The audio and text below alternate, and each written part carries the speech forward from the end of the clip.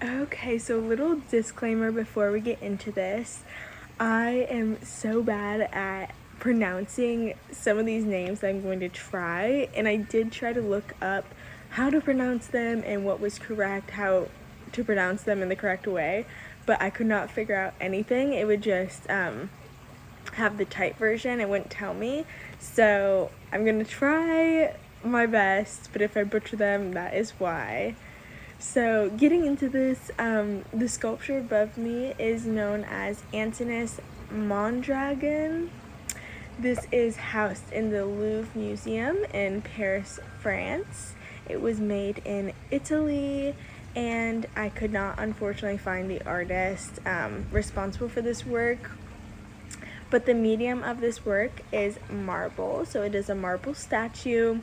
The period of this work is Roman because it was made in the second quarter of the 2nd century AD, between 130 to 138. And a little bit of historical relevance behind this work is that it was produced under the rule of Emperor Hadrian. So why is this work important? Well, it is considered to be the glory and the crown of the art of this age, so the art of the Roman era. So the sculpture was produced as one of many pieces of art made within the cult of Antinous, a cult that is accepted to have formed out of the grief Hadrian harnessed over the death of Antinous. So that is something that I'll be getting into later, but there is kind of this conspiracy that Hadrian and Antinous, who is right there, kind of had a little love affair going on, and so a cult had formed out of the grief Hadrian harnessed over the death of Antinous. So, some defining characteristics of this work are the striated eyebrows, the pouting lips, the somber expression, and the fact that the head twists down and to the right. My personal observation whenever I saw this was just kind of that somber expression that, to me, he looked kind of like sad or concerned. He looked weary.